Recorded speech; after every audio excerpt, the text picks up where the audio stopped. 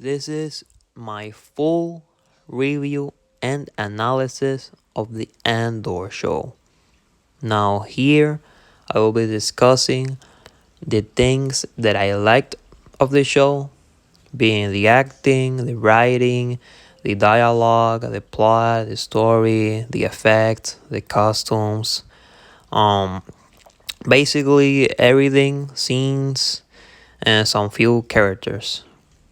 Now, here you will see comments from Instagram, YouTube, or other places where you can, write your opinion or review the series.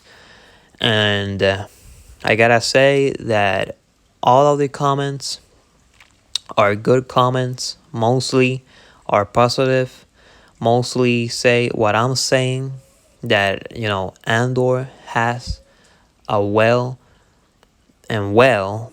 written story, really good scenes, really good plot, really good story, really good acting, characters, and theme. The music, the planets are very good, and the effects, the action, like everything. So in these comments, you basically can see that. If you want, you can pause the video. So if you want to read some of those, but basically all of those are saying what I'm saying. Like, this show is really amazing. In fact, it's even, like, I dare to say it is better than The Mandalorian. Obviously, it's better than the Book of Boba Fett and the Kenobi show, because those two were honestly mid. They were disappointing. I mean, you got these two legacy characters, and man, it was just a waste with those two in those shows. The Mandalorian is good, it is good, but Andor, man, Andor is way better. I'm gonna say it's way better as a show, not necessarily as a character. Two different things. Now, Mando, like, yeah, he's a good character. Grogu is a good character, but as an overall of the show, the Andor show, for me at least, is better than the Mandalorian. Now, it is better because it does so much good that as well does the Mandalorian. But one thing that I can say that, okay, well, this is like the dominant factor that it can beat it, is that it is consistent. It is consistent. The writing and dialogue is far superior, and the acting as well is far superior. May and may also include the effects also, because I actually noticed that the Andor special effects scenery, it's really good. Like, it's really better than like any show, like any Disney Plus show, to be honest. Every Marvel show and every other Star Wars show, and even beating the Mandalorian. I mean, the effects on Andor are fucking good. If you pay close attention, they are really good. I mean, it's amazing. But the characters, you got, your main characters, Andor. You got your side characters, supporting characters. Every character is interesting in its own way. They bring to the story a lot, and I like that. That's good that every character can incorporate and be a part of the story.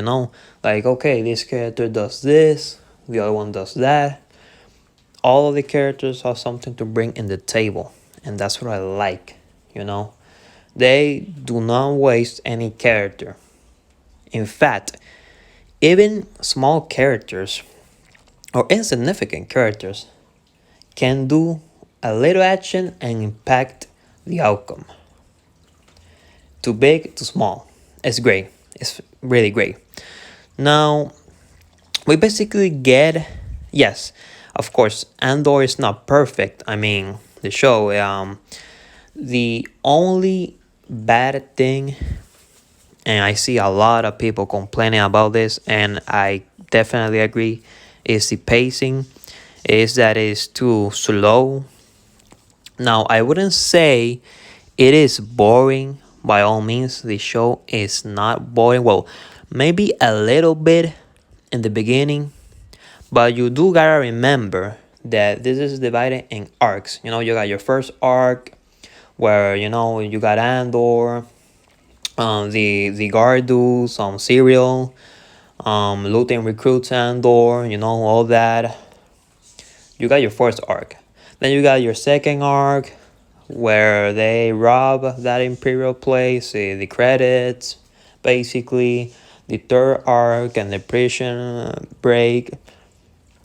And, you know, each episode takes its time, but it does it so it can develop furthermore the story, can furthermore the plot, unfold everything more. And it works well. Now, not necessarily, they did not have to take a lot of time necessarily in doing so, but we gotta remember that some people are like, the Book of Boba Fett or Obi-Wan was too fast, 6 episodes too fast, too fast. No, 12 episodes in Andor, that's too slow, too slow. I mean, yeah, but I honestly rather have 12 episodes than 6 episodes where the story unfolds better and it can flourish more. Honestly, like, I really, really prefer the story to be flourish more. And maybe where Andor took off better, like people like, oh, okay, now this is good. Like generally more was in the arcs, the arc where they rob the Imperial place on the credits. So basically between episode 4, episode 5 and 6 being that arc, especially in 6 being the conclusion of that arc where they actually rob the place and get away. It's a really, really beautiful scene. It's really great. Like, look at that. The sky, you got the TIE fighters chasing them. I mean, it's just beautiful. It's just really, really great. Really, really great. That is better. That scene is better than most of other TV shows out there, honestly. Now here, this is in episode 7 that we got Jularen. Jularen is a popular Star Wars character. He appeared first in A New Hope, then in Clone Wars, and then in Rebels, and well, here in Andor. In Clone Wars, well, yeah, he was Admiral Yularen. He served under Anakin Skywalker during the Clone Wars, and that was really great, yeah. And in here, we got Admiral Yularen looking more older because it's the end of the war, season 7 of Clone Wars, and well, yeah. Star Wars Rebels, officially in the Empire. There, he's beside Thrawn. And in here, in the Death Star, the first Death Star in A New Hope, his first appearance. And yeah, he died there. So yeah, I took time in explaining Yularen because I honestly find his character interesting. I like his character. Like, I don't think he's necessarily evil.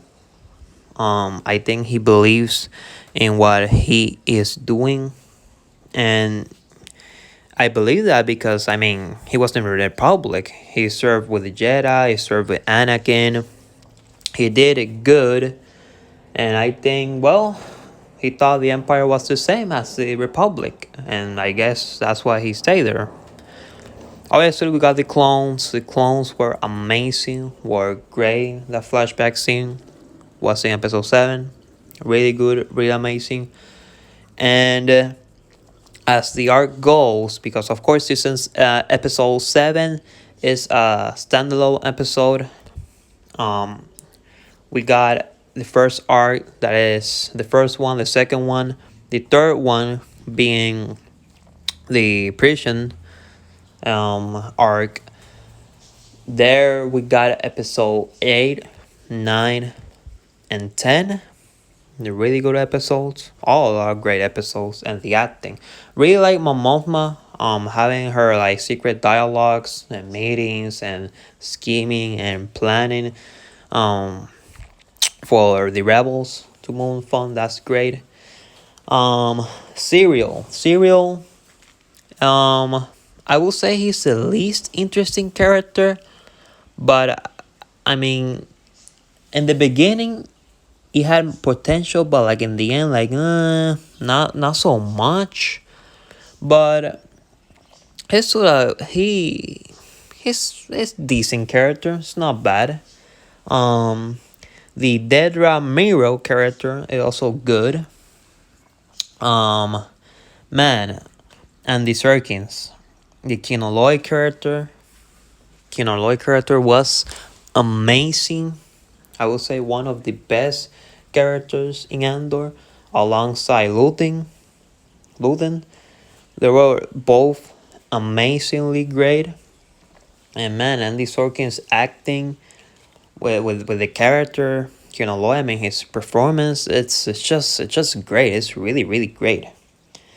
And the Luthen actor, the Stellan Skarsgård actor, I mean, he delivers a great monologue, a great performance as Luthen. I mean, both great actors, great characters, really amazing. Um, Also, we got a few more characters. We got the Sergeant Linus Musk, Bel Sarta, Karis Nemec, Tarami, Ariel, Cynthia, Lieutenant Gorn, Kino Loy, um, Rescue Scott, Clea, Mayer, Partagos, um, Bix, obviously, Brasco, Sagarera, and B2 Emo, the droid. All great characters. Main characters, side characters, all great characters. And honestly, all the arcs served a really good purpose. I mean, you got your first arc, of course, episode 1, 2, 3. Luthen recruits Andor. Andor was searching for his sister, causes problems, kills the two guard guys, Serial gets involved, investigates. Luthen recruits Andor. Then episode 4, 5, 6, we get the rebels, the small group of rebels that Luthen gathered um, from the actual cousin of Mon Mothma, in which Bell, in which they do, the heist, they rob Imperial credits, great arc. Then we got the arc of the prison. Obviously, they basically are building, spoiler obviously, they're building parts of the Death Star. And they escape successfully with no problem. Both meetings of Luding and Sorrera planning about the rebellion are great. Future, you see the build up. Now this scene was one of my favorites. This space battle scene, well, basically Luding is leaving the meeting of Sorrera, and then you got this weird Imperial Star Cruiser, Star Destroyer type, and basically tractor beams, and then Luton throws some spikes and destroys the tractor beam, or one of the tractor beams, and they deploy TIE fighters. And man, I like this detail. They deploy the TIE fighters. One problem the Obi-Wan had in the show, they don't deploy none TIE fighters. And clearly they have TIE fighters and never deploy them. Never. Not even one. Here, they deployed them. Makes sense. Logical. Perfect. Dutton obviously destroys them all with all of his ship abilities, and the Imperial officer just leaves a face of surprise. He was at first like, you dare attack us? So, Luthen just escapes with fashion. Basically, we get to the last episode, episode 12, in which they are hosting the funeral of the mother of Andor, Mara Andor, the old lady. And basically in Ferrix, if someone dies, they turn to ash, and then with the ashes, they turn them into like a brick of some sorts. So yeah, they're having the funeral, music playing, then the music intensifies, the band, the marching.